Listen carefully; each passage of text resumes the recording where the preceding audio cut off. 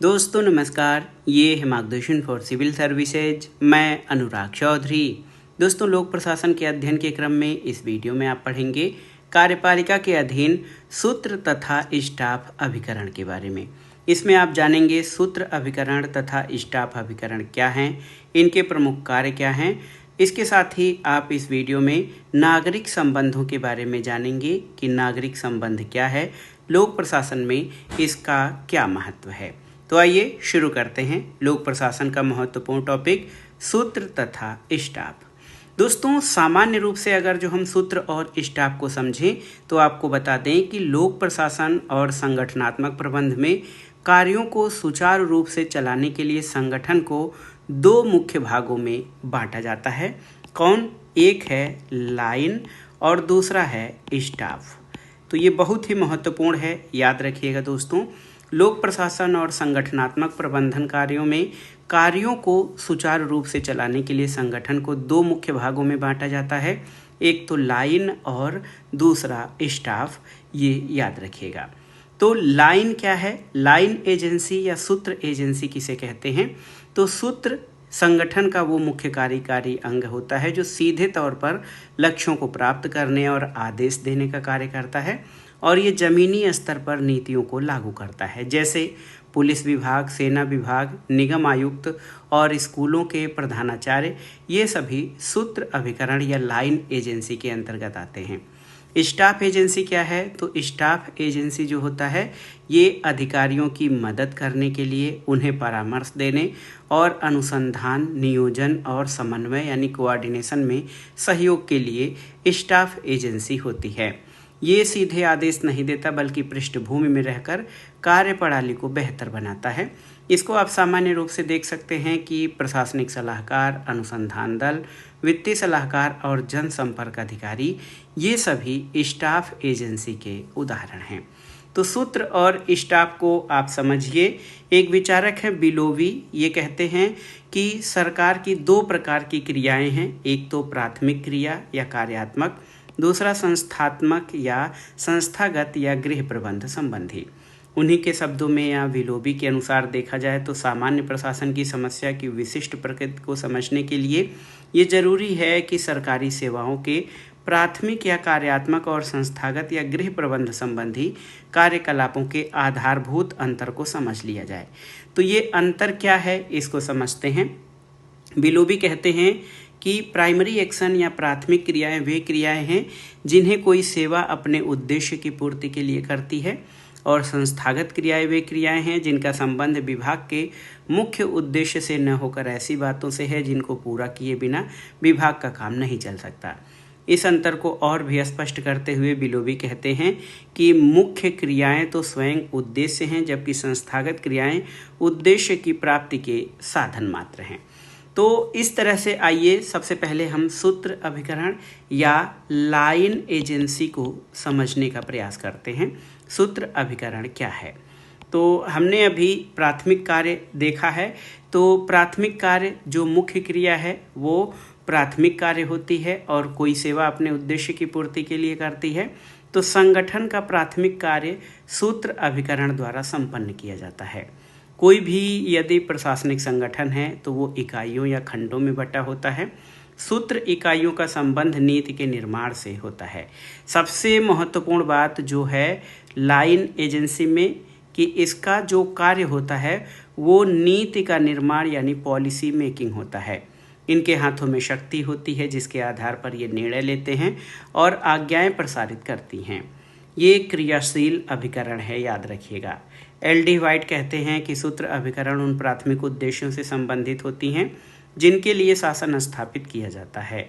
लेपावस्की के अनुसार सूत्र संगठन में सत्ता और उत्तरदायित्व की रेखाएं ऊपर से नीचे तक फैली होती हैं, इसलिए इन्हें लाइन या सूत्र की संज्ञा दी गई है। तो सूत्र अभिकरण या लाइन एजेंसी, इनका संबंध नीति निर्माण से होता है। इनके अंतर्गत ये शक्ति होती है, ये सीधे उद्देश्यों की पूर्ति करते हैं और इनके पास निर्णय लेने और आदेश देने का अधिकार होता है, और ये प्रत्यक्ष रूप से जनता या संगठन के मुख्य कार्य से जुड़ा होता है। अगर हम सूत्र अभिकरण के उदाहरणों को समझेंगे तो सूत्र अभिकरण के प्रमुख उदाहरण आप देख सकते हैं दोस्तों, कौन कौन से हैं। देखिए, विभाग यानी सरकार के जो डिपार्टमेंट हैं, लोक निगम यानी पब्लिक कॉरपोरेशन, स्वतंत्र नियामक आयोग, इंडिपेंडेंट रेगुलेटरी कमीशंस, ये सभी सूत्र अभिकरण या लाइन स्टाफ के लाइन एजेंसी के प्रमुख उदाहरण हैं। जैसे भारत की केंद्रीय सरकार में कुछ विभाग इस प्रकार से हैं: आंतरिक सुरक्षा विभाग, गृह विभाग, शिक्षा विभाग, रक्षा विभाग, डाक विभाग, दूरसंचार विभाग, परिवार कल्याण विभाग हैं। ये विभाग सूत्र विभाग या लाइन विभाग कहलाते हैं क्योंकि ये अभिकरण विभाग के मुख्य कार्य का निष्पादन करते हैं। लोक निगम तथा अमेरिकी स्वतंत्र नियामक आयोग भी एक प्रकार के सूत्र अभिकरण हैं। तो सामान्य रूप से देखा जाए तो प्रत्येक मुख्य कार्यपालिका के अधीन दो प्रकार की सेवाएं होती हैं: सूत्र और स्टाफ। स्टाफ परामर्श देने और सेवा करने का कार्य करता है और सूत्र आदेश देने का कार्य करता है। तो अब आइए देखते हैं सूत्र अभिकरण के बाद स्टाफ अभिकरण क्या है, यानी स्टाफ एजेंसी के बारे में। स्टाफ कार्य की प्रकृति का सही वर्णन उसके शाब्दिक अर्थ में मिलता है। अंग्रेजी में स्टाफ का अर्थ छड़ी अथवा हाथ का ऐसा डंडा होता है जिस पर चलते समय शरीर का बोझ डाला जा सके, लेकिन जो स्वयं ये निर्णय न ले सके कि कब चलना है और किस दिशा में चलना है। दूसरे शब्दों में, जिस प्रकार एक वृद्ध व्यक्ति छड़ी का सहारा लेकर चलता है, उसी प्रकार संगठन में सूत्र अभिकरण स्टाफ अभिकरणों का सहारा लेकर संगठन को चलाते हैं। स्टाफ अभिकरणों का कार्य गृह प्रबंध या हाउस कीपिंग अथवा प्रबंध संबंधी या मैनेजीरियल सेवाएं उपलब्ध कराना है, संपन्न करना है, जिससे कि मुख्य उद्देश्य की पूर्ति हो सके। और स्टाफ अभिकरण प्रशासनिक पद सोपान से पृथक रहते हैं। दोस्तों, स्टाफ क्या है? तो सामान्य रूप से अगर देखा जाए तो विभिन्न विभागों अथवा अभिकरणों के द्वारा जो कार्य किया जाता है वो सूत्र सेवाएं यानी लाइन सर्विसेज हैं। इन सेवाओं के अतिरिक्त प्रत्येक विभाग में कुछ अन्य सेवाएं भी होती हैं जिनका विभाग को ठीक ढंग से चलाने के लिए आवश्यकता होती है। स्वास्थ्य, शिक्षा, पुलिस विभाग और इनकी प्रमुख इकाइयां जो उद्देश्य प्राप्ति के लिए कार्य करती हैं। ये सूत्र सेवाएं वो विभागीय सेवाएं हैं जिनका संबंध अधिकतम जनता से पड़ता है। स्टाफ सेवाओं से आशय उन सेवाओं से है जो सरकार की नीतियों को लागू करने सरकार के अधीन होती हैं और इनका जनता से संबंध नहीं होता है। तो आप समझ सकते हैं कि स्टाफ अभिकरण वे इकाइयां हैं जो सूत्र अभिकरण, देखिए बहुत ही महत्वपूर्ण है, स्टाफ अभिकरण वे इकाइयां हैं जो सूत्र अभिकरण को परामर्श, सहायता और सूचना प्रदान करती हैं। ये बहुत ही महत्वपूर्ण है दोस्तों। आप समझ सकते हैं कि स्टाफ अभिकरण जो है वो बेहद महत्वपूर्ण है। अब देखिए, अब आप इधर अगर जो देखेंगे तो स्टाफ अभिकरण के कार्य क्या क्या हैं इनको समझिए। स्टाफ इकाइयों का संबंध प्रशासन के संस्थागत या गृह प्रबंधन कार्यों से होता है। स्टाफ अभिकरण लाइन को योजना बनाने में सहायता देता है। ये सहायता भर नहीं परामर्श देता है और अन्वेषण के द्वारा हर प्रकार से मदद पहुंचाता है। मूने एक विचारक हैं, इन्होंने स्टाफ अभिकरण के कार्यों के 3 पहलू माने हैं। पहला आप देखिए, पहला तो ये है क्या कि सूचना संबंधी यानी इन्फॉर्मेटिव कार्य, दूसरा परामर्श संबंधी यानी एडवाइजरी कार्य और तीसरा पर्यवेक्षण संबंधी यानी सुपरवाइजरी कार्य।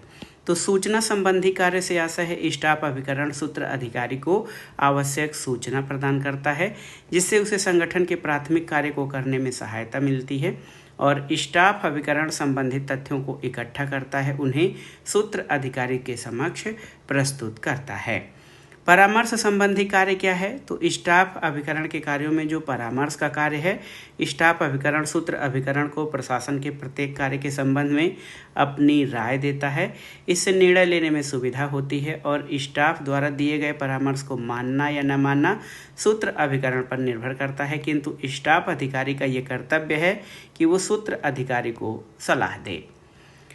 अब देखिए, स्टाफ अधिकारी में 3 प्रकार के मुख्य स्टाफ होते हैं: सामान्य स्टाफ, तकनीकी स्टाफ और सहायक स्टाफ। देखिए, सामान्य स्टाफ क्या है? मुख्य निष्पादक अथवा कार्यपालिका को प्रशासनिक कार्यों के संपादन में सामान्य रूप से सहायता पहुंचाने वाले कर्मचारी वर्ग को सामान्य स्टाफ कहते हैं। ये परामर्श देता है, तथ्यों को इकट्ठा करता है और महत्वपूर्ण विषयों को विचार के लिए कार्यपालिका के समक्ष प्रस्तुत करता है। प्रत्येक देश में इस वर्ग के मंत्रणा अभिकरण का प्रावधान किया जाता है। तकनीकी स्टाफ क्या है? तो इसमें वे कर्मचारी आते हैं जिन्हें कुछ विशिष्ट तकनीकी ज्ञान प्राप्त हैं। मुख्य कार्यकारी को प्रशासन में प्राविधिक मामलों को भी निपटाना पड़ता है और ऐसे मामलों में उन्हें तकनीकी परामर्श देने के लिए कुछ विशेषज्ञों को रखा जाता है। तकनीकी स्टाफ विशेष प्रकार का होता है और इसमें चिकित्सक, शिक्षा शास्त्री, वकील, मनोवैज्ञानिक लोग आते हैं और आधुनिक वैज्ञानिक युग में मुख्य कार्यकारी के लिए तकनीकी कर्मचारियों से परामर्श लेने की आवश्यकता बढ़ती जा रही है। तकनीकी के बाद जो सहायक स्टाफ है वो क्या होता है? Auxiliary staff. तो कई सामान्य समस्याएं कई विभागों में होती हैं। आय व्यय संबंधी कार्य, हिसाब किताब की जांच का कार्य, कर्मचारियों की नियुक्ति का कार्य। तो पहले विभाग अपने ये कार्य अलग अलग करते थे, लेकिन हाल में ये सोचा गया कि इन सामान्य समस्याओं के लिए सामान्य अभिकरण स्थापित करना अधिक लाभप्रद होगा। और ऐसा करने से पहला लाभ तो ये है कि इन कार्यों के संबंध में समस्त विभागों में एक रूपता स्थापित की जा सकेगी। इसलिए आधुनिक समय में विभागों के सामान्य कार्यों के करने के लिए सामान्य अभिकरण स्थापित कर दिए गए हैं, जिससे धन, समय और शक्ति की काफ़ी बचत होगी और विभिन्न विभागों में कार्य का दोहराव नहीं होने पाता है। तो सामान्य स्टाफ जो है ये मुख्य कार्यपालिका को उसके प्रशासनिक कार्यों में सहायता देते हैं। तकनीकी स्टाफ ये विशिष्ट क्षेत्र जैसे इंजीनियरिंग, कानून, चिकित्सा में विशेषज्ञ सलाह देते हैं और सहायक स्टाफ ये सामान्य सेवाएं देते हैं जैसे छपाई, स्टेशनरी, लेखांकन और वित्त संबंधी कार्य। अब देखिए, सूत्र अभिकरण जो है ये विभाग के प्रशासन की मूलभूत इकाई हैं। सूत्र इकाइयों के अनेक प्रकार के संगठन होते हैं। इसमें विभाग, निगम, स्वतंत्र नियामकी आयोग होते हैं। सबसे महत्वपूर्ण जो है विभाग या डिपार्टमेंट होता है। विभाग ये प्रशासन की मूल संगठनात्मक इकाई है जिस पर प्रशासनिक क्रियाओं के संपादन का दायित्व रहता है और विभाग उन उद्देश्यों को पूरा करने के लिए अपने कार्य संपन्न करते हैं जिसके लिए सरकार कायम रहती है। वे संगठन की बड़ी इकाइयां होती हैं जो कि प्रशासन के पृथक पृथक क्षेत्रों में कार्य करती हैं और प्रशासनिक हायरार्की में विभाग का स्थान बहुत ऊंचा होता है और वो मुख्य कार्यपालिका के ठीक नीचे आता है और उसके प्रति उत्तरदायी होता है। तो ये बहुत ही महत्वपूर्ण है दोस्तों। जो सूत्र अभिकरण है ये नीति निर्धारण और निर्णय लेने का कार्य करता है। अधीनस्थ कर्मचारियों को आदेश और निर्देश देता है। संगठन के प्राथमिक लक्ष्यों को धरातल पर लागू करता है। कार्यों का पर्यवेक्षण और नियंत्रण करता है, जिस कारण सूत्र अभिकरण का महत्व बहुत अधिक बढ़ जाता है। अब आइए नागरिक संबंध के बारे में जानते हैं। ये भी बहुत ही महत्वपूर्ण टॉपिक है, सिविल रिलेशन। शासन की कोई भी व्यवस्था नागरिकों के समर्थन के बिना लंबे समय तक नहीं चल सकती है। प्रतिनिध्यात्मक शासन का आधार तो नागरिक या जनता का समर्थन ही है। इसका प्रमाण राष्ट्रों के इतिहास में देखा जा सकता है। विभिन्न देशों में सरकारों की दीर्घकालिकता नागरिक द्वारा उन्हें प्रदान किए गए समर्थन, सहयोग पर निर्भर करती थी। जहाँ भी ये समर्थन उपस्थित नहीं होता, राष्ट्र अपने आप को गहरी समस्या में पाते हैं जो कि उनके भविष्य को अनिश्चित बना देती हैं। प्रशासन नागरिक अंतर संबंध बहुत ही महत्वपूर्ण है क्योंकि शासितों यानी जो जनता है उसका समर्थन और बोध प्रतिनिध्यात्मक सरकार जैसे कि भारत में है इनके अस्थायित्व की पहली शर्त होती है। राज्य और समाज अथवा सरकार और नागरिकों के अंतर संबंधों के पारस्परिक सिद्धांत विभिन्न राजनीतिक व्यवस्था में, चाहे वो हस्तक्षेपवादी व्यवस्था हो, लोकतंत्र या सैन्य अधिनायक तंत्र हो, अब प्रशासन के नए व विरोधाभासी परिणामों का सामना करने में अपर्याप्त है जो कि क्रमिक रूप से उत्पन्न हो रहे हैं। जनता या नागरिकों की स्थिति अब केवल प्रशासनिक सहायता और सेवाओं के प्राप्तकर्ताओं से परिवर्तित होकर अब शासन के कार्यों में मुख्य संचालकों की हो गई है। स्थानीय लाभकर्ता से परिवर्तित होकर सक्रिय सहभागियों की स्थिति में। और ये इकाई प्रशासन और नागरिकों के मध्य संपर्क विभिन्न तरीकों पर ध्यान केंद्रित करती है। और ये जो अंतर संबंध है, ये अंतर संबंध या इंटर रिलेशन के बदलते सिद्धांतों और संस्थागत रणनीतियों और उपायों पर चर्चा करेगी। जो संपर्क के लिए सैद्धांतिक और आधारात्मक आधार का निर्माण करने का प्रयास करते हैं। ये आप देखिए दोस्तों, ये बहुत ही महत्वपूर्ण है कि जो नागरिक संबंध होते हैं, प्रशासन और नागरिक के अंतर संबंध होते हैं, वो किस प्रकार के होते हैं, कैसे ये संबंध के तरीके कैसे होते हैं और इनका क्या महत्व होता है। शासन का अर्थ है वस्तुओं और सेवाओं की कुशल प्रभावशाली व्यवस्था, इसी को शासन कहते हैं। लोक प्रशासन इसलिए होता है ताकि वो जनता को स्वास्थ्य, शिक्षा, आर्थिक सुरक्षा, कानून और व्यवस्था बनाए रखने, राष्ट्रीय सुरक्षा आदि सेवाएं प्रदान करके उनकी स्थिति में सुधार करे। जनता लोक संस्थाओं से स्थानीय स्तर पर अधिक नज़दीक या गहराई से संपर्क करती है। जैसे जो लोकल गवर्नमेंट होती हैं वो विभिन्न प्रकार से लोगों के जीवन को प्रभावित करती हैं। ये गतिविधियां जलपूर्ति, बिजली, कूड़ा कचरा हटाना और इसी प्रकार की अन्य सेवाओं से संबंधित होती हैं। ये विभिन्न तरीके हैं जिनसे जनता वास्तविक जीवन की स्थितियों में लोक प्रशासन संस्थाओं से संपर्क स्थापित करती है। और ये संपर्क किस रूप में हो सकते हैं, इसको समझने का प्रयास करिए। पहला तो है ग्राहक, यानी प्रशासनिक संस्थाओं के साथ संपर्क स्थापित करने का ये सबसे सामान्य रूप है। इस रूप में नागरिक सरकारी संस्थाओं से लाभ या सेवाएं प्राप्त करते हैं। जैसे एक मरीज स्वास्थ्य निरीक्षण या चिकित्सा सेवाओं के लिए सरकारी अस्पताल जाता है। दूसरा कंट्रोलर या नियंत्रक, तो नियंत्रक के रूप में जनता अनेक सरकारी संस्थाओं से संपर्क करती है, जैसे पुलिस, इनकम टैक्स, लाइसेंस विभाग। वादी या देखा जाए पेटिशनर, तो सताए हुए नागरिक वादी बन जाते हैं जब वे अपनी पीड़ा कष्ट से अदालत या कोर्ट द्वारा मुक्ति पाते हैं। तो वादी के रूप में जनता ये आशा करती है कि उनकी जो शिकायतें हैं या समस्याएं हैं उनसे उन्हें लाभ मिलेगा। सहभागी, तो लोकतंत्र शासन में लोगों की सहभागिता सुनिश्चित करता है। इसे विभिन्न साधनों के द्वारा प्राप्त किया जाता है, जैसे सामुदायिक नीतियाँ, निर्देशक समितियाँ, लाभकारी संस्थाएं। और लगभग सभी कार्यक्रमों में जनता नियोजन, क्रियान्वयन और परीक्षण के स्तरों पर भाग लेती है। जनता की जितनी ही सहभागिता होगी, प्रशासन और जनता दोनों का लोकतंत्रीकरण उतना ही अधिक होगा। साथ ही नए इनपुट्स जो कि ठोस प्रोजेक्ट निर्माण, क्रियान्वयन और पूंजी की व्यवस्था सुविधा करने में सहायता करते हैं, ये सहभागिता या पार्टिसिपेशन के द्वारा ही संभव है। अब देखते हैं आंदोलनकारी और जन आंदोलन और संघर्षों से जुड़े होना। तो कई लोग सार्वजनिक नीतियों को लेकर सरकारी संस्थाओं के साथ संपर्क आंदोलनकर्ता के रूप में करते हैं और सरकारी नीतियों और कार्यों में अन्याय और असमानता का विरोध करते हैं।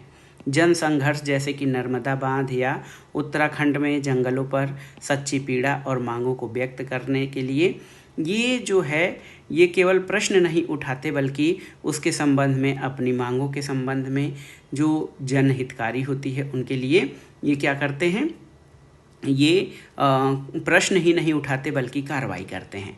नागरिक संबंधों का महत्व क्या है, इसको देखना जरूरी है। दोस्तों, जन सहभागिता से प्रशासन में एक तो जन सहभागी या सहभागी लोकतंत्र का निर्माण होता है। प्रशासन में पारदर्शिता आती है, नीतियों का क्रियान्वयन सही किया जाता है, भ्रष्टाचार पर लगाम या अंकुश लगता है और जनता की समस्याओं का पता लगाकर उनके संबंध में या उनके निराकरण के बारे में नीतियां बनाई जाती हैं। जन सहभागिता से प्रशासन में लोकतंत्र की सहभागिता बढ़ाई जा सकती है और जन सहभागिता से पीपीपी मॉडल को बढ़ावा दिया जा सकता है। जन सहभागिता से प्रशासन को उत्तरदायी बनाया जा सकता है और निर्णय निर्माण प्रक्रिया में तीव्रता लाई जा सकती है। जन सहभागिता से आम जनता को प्रशासन के नज़दीक लाकर प्रशासन को कल्याणकारी स्वास्थ्य दिया जा सकता है। तो दोस्तों, ये था आज का वीडियो मुख्य कार्यपालिका के संबंध में, कार्यपालिका के अधीन सूत्र और स्टाफ अभिकरण के बारे में तथा नागरिक प्रशासन संबंधों के बारे में, नागरिक संबंधों के बारे में महत्वपूर्ण वीडियो। सामान्य रूप से देखा जाए तो जो सूत्र अभिकरण है, लोक प्रशासन में संगठन के कार्यों को सुचारू रूप से अच्छे ढंग से चलाने के लिए दो मुख्य भागों में भी बांटा गया है। एक लाइन यानी सूत्र अभिकरण और दूसरा स्टाफ अभिकरण। सूत्र अभिकरण प्राथमिक विभाग हैं जो संगठन के मुख्य लक्ष्यों को सीधे तौर पर पूरा करते हैं। इनके पास निर्णय लेने और आदेश देने की शक्ति होती है, जबकि स्टाफ अभिकरण वो इकाइयां हैं जो सूत्र यानी लाइन एजेंसी को परामर्श, सहायता और सूचना देते हैं। इनका कार्य आदेश देना नहीं बल्कि सलाह और परामर्श देना होता है। तो इस प्रकार से अगर जो सामान्य रूप से बैकग्राउंड देखें तो लाइन और स्टाफ विचारधारा सैनिक प्रशासन से लिया गया है। सूत्र इकाई में वे लोग आते हैं जो युद्ध के मैदान में आदेश देते हैं, सेना का संचालन और नेतृत्व करते हैं। सेना में प्रमुख सेनापति के नीचे अनेक सूत्र अधिकारी होते हैं, जैसे general, colonel, major, captain, lieutenant. इन सूत्र अधिकारियों के साथ अनेक अधिकारी ऐसे होते हैं जो यातायात, पूर्ति, चिकित्सा, पशु चिकित्सा सामग्री के उत्पादन आदि विशिष्ट सेवाओं में लगे रहते हैं। सेनाओं को युद्ध में सफलता प्राप्त करना हो तो उनके लिए शस्त्र, गोला बारूद, भोजन, यातायात, चिकित्सा आदि अनेक सेवाओं की व्यवस्था करनी पड़ती है। ये सेवाएं भले ही युद्ध में भाग नहीं लेती, लेकिन अप्रत्यक्ष रूप से सेनाओं को सहायता पहुंचाकर उन्हें सफलता में या उनकी जीत में योगदान करती हैं। इनको ही स्टाफ एजेंसी कहा जाता है। तो सामान्य रूप से देखा जाए तो सूत्र एजेंसी विभाग या महत्वपूर्ण कार्यकारी होते हैं, लेकिन स्टाफ परामर्शदात्री संस्थाएं होती हैं। और एक जो सब टॉपिक इसमें हमने नागरिक संबंध पढ़ा, तो नागरिक संबंध जन सहभागिता, प्रशासन में पारदर्शिता, लोकतंत्रीकरण और जन सहयोग या आम जनता और प्रशासन के बीच नज़दीकी लाकर प्रशासन को और भी जन सहभागी और उत्तरदायी तथा कल्याणकारी बनाने का महत्वपूर्ण साधन है। तो ये वीडियो बहुत ही महत्वपूर्ण रहा लाइन, स्टाफ अभिकरण और नागरिक संबंध के बारे में। आप इसको अच्छे से तैयार कर लीजिएगा। ये वीडियो आपको कैसा लगा हमें कमेंट बॉक्स में ज़रूर बताइएगा। वीडियो को लाइक करें, शेयर करें और इस चैनल मार्गदर्शन फॉर सिविल सर्विसेज को सब्सक्राइब करें। वीडियो देखने के लिए धन्यवाद। नमस्कार।